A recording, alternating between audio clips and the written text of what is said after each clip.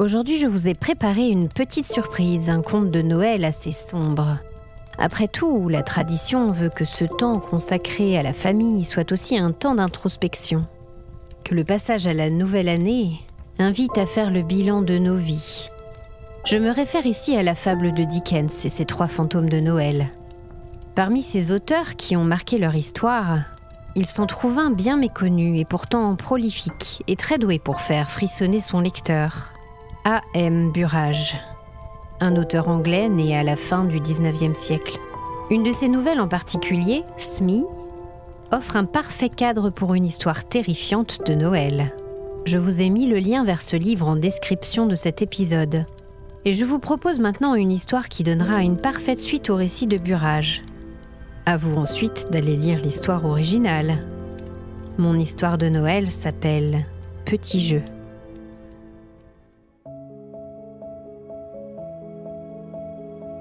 Je crois que quand on est ado, la perspective de passer Noël en famille est aussi attractive que d'aller chez le dentiste, d'avoir un contrôle de maths dès le lundi matin, bref, c'est un peu comme les 7 plaies d'Égypte. D'ailleurs, mon purgatoire à moi va une fois de plus prendre la forme de 7 petits êtres insupportables. Mes 2 sœurs Julia et Adi, les jumelles démoniaques comme on les appelle, et mes 5 cousins et cousines. C'est la tradition dans la famille Snow, on passe Noël tous ensemble. Ça resserre les liens, soi-disant, comme dit mon père.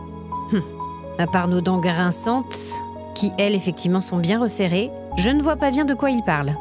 Voir les parents, mon oncle et ma tante, boire jusqu'à s'endormir à table après une bonne dispute sur l'état du monde, ne me semble pas vraiment propice à l'harmonie familiale. Et en plus, depuis que j'ai atteint l'âge vénérable de 15 ans, c'est toujours moi qui dois garder et animer le groupe des petits. Comme s'il y avait besoin d'animer une catastrophe ambulante. Mes sœurs et mes cousins sont bien trop heureux de se liguer contre moi pour me faire enrager. Bref, je m'égare. Cette année, mon père a voulu faire un effort et proposer une nouveauté. Ils ont loué une maison sur Airbnb pour pouvoir changer de cadre et accueillir toute la tribu Snow. Ok, je dois avouer qu'en arrivant, j'ai été plus qu'impressionnée. La grande et immense maison d'époque victorienne, aux fenêtres illuminées de 1000 bougies, la grande couronne de Noël accrochée à la porte. Papa avait visiblement déniché une petite merveille. Et vu la taille de la bâtisse, j'aurais peut-être enfin ma chambre à moi. Même si ce n'était que temporaire, je comptais bien en profiter. À peine passé la porte, une sensation de malaise profond m'a envahie. La sensation d'être observée m'a accompagnée à travers ma découverte de toute la maison. Je me suis même retournée plusieurs fois en montant l'escalier tellement j'étais sûre que quelqu'un se trouvait derrière moi. Une autre chose bizarre aussi, en partant, le propriétaire nous a souhaité un joyeux Noël. Puis il a conseillé d'un ton gêné mais catégorique à mes sœurs et leurs cousines qui se trouvaient là de ne surtout pas jouer à cache-cache dans la maison. Mon père s'est avancé en fronçant les sourcils, prêt à en découdre. Monsieur Sangston a souri et levé les mains en un geste d'apaisement. Il a expliqué qu'il s'agissait d'une grande maison et qu'il n'était pas rare que les enfants s'y perdent, que la maison avait des coins et des recoins et qu'il valait mieux tout simplement ne pas jouer à cache-cache dedans. Il est parti un peu précipitamment en laissant un grand silence médusé derrière lui. Bien entendu, les jumelles démoniaques se sont aussitôt lancées dans une partie de cache-cache et mon père m'a conseillé de bien les surveiller. Mais qu'est-ce que j'ai bien pu faire pour mériter ça ? Au bout de 30 minutes, après avoir erré dans les couloirs sans trouver aucun de ces insupportables enfants, et de plus en plus mal à l'aise, j'ai soudain entendu un petit cri sur ma droite. Je me trouvais alors face à un long couloir sombre, comportant plusieurs portes fermées. Il m'a semblé reconnaître la voix d'Adi, même si au fond, cela aurait tout aussi bien pu être Julia. Je me suis avancée en appelant mes sœurs par leur nom. Alors que je passais derrière la porte, mon cœur a failli s'arrêter. J'ai manqué être renversée par une force implacable et j'ai cru ma dernière heure arriver. La tignasse rousse d'Adi, octant de rire, m'a tirée de ma terreur. Dieu que je déteste quand elle fait ça. Je l'ai repoussée sans ménagement et je l'ai sermonnée comme il se doit. C'est à ce moment-là que Julia a surgi comme un diable de sa boîte. Les joues pleines de larmes, les yeux écarquillés de terreur, les mains tremblantes. Elle jouait parfaitement son rôle pour me faire marcher. Elle a tendu une main vers la chambre, en bégayant qu'il y avait une fille dans le placard. Je lui ai demandé d'arrêter ses enfantillages. Mais Julia a relevé sa manche. Sa peau comportait clairement des marques de doigts incrustées dans sa chair. Je lui ai demandé comment elle s'était fait ça. Et elle m'a répondu que la fille lui avait demandé de déguerpir et qu'elle lui avait serré le bras très fort. Mon sang n'a fait qu'un tour et je suis entrée en trombe dans la chambre. Il faisait un froid glacial. J'ai allumé la lampe. J'ai fouillé partout, mais bien sûr, il n'y avait personne. Nous avons fait un grand tour de la maison, de la cave au grenier, mais nous sommes restés bredouilles. Mon père a demandé à Julia de lui décrire la personne qu'elle avait vue. Et ma sœur a indiqué avoir croisé une grande fille à peu près du même âge que moi. Maigre, très pâle, avec de longs cheveux noirs fins et des yeux sombres. La fille l'avait attrapée en lui demandant de s'en aller. Julia avait senti comme une brûlure et avait réussi à quitter la pièce. J'ai eu un sourire en coin.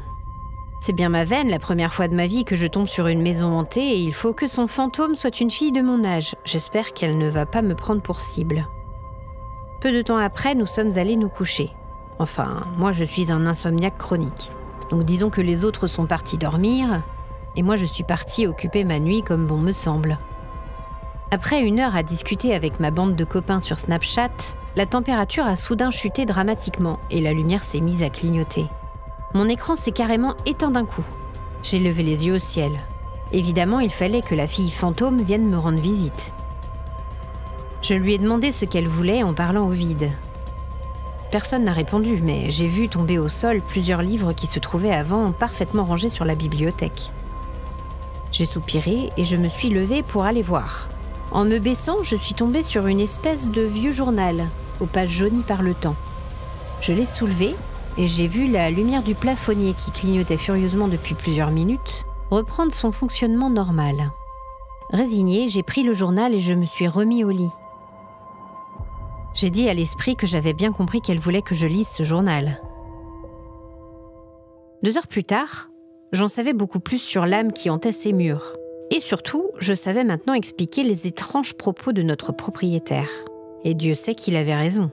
L'histoire se passait à la fin du 19e siècle. Lors d'un Noël dans la maison, un groupe d'amis avait réveillé l'esprit solitaire d'une certaine Brenda Ford, une jeune fille aux longs cheveux noirs qui était tombée il y a une dizaine d'années dans les escaliers de la cave à l'occasion d'une partie de cache-cache. Le groupe ayant sans le savoir reproduit les conditions exactes de la mort de la jeune fille, celle-ci s'était manifestée comme elle l'avait fait ce soir. Elle n'appréciait visiblement pas notre présence à ses côtés. Le lendemain matin, j'ai montré le journal à mon père. Au début, il n'a pas voulu faire le rapprochement, mais quand il a vu marquer l'inscription Brenda sur la buée du miroir de la salle de bain, et que ma mère a failli elle aussi se rompre le cou dans les escaliers du sous-sol, après avoir aperçu la silhouette blafarde d'une grande jeune fille en bas des marches, qui la regardait d'un air menaçant, nous avons vite rappelé le propriétaire et nous sommes rentrés chez nous. C'est petit chez nous, mais au moins c'est tranquille. Je n'oublierai cependant jamais les paroles du propriétaire en nous voyant déguerpir. Il a soupiré et il a murmuré qu'il nous avait pourtant bien dit de ne pas jouer à cache-cache. Je vous souhaite un très joyeux Noël à tous. À très vite.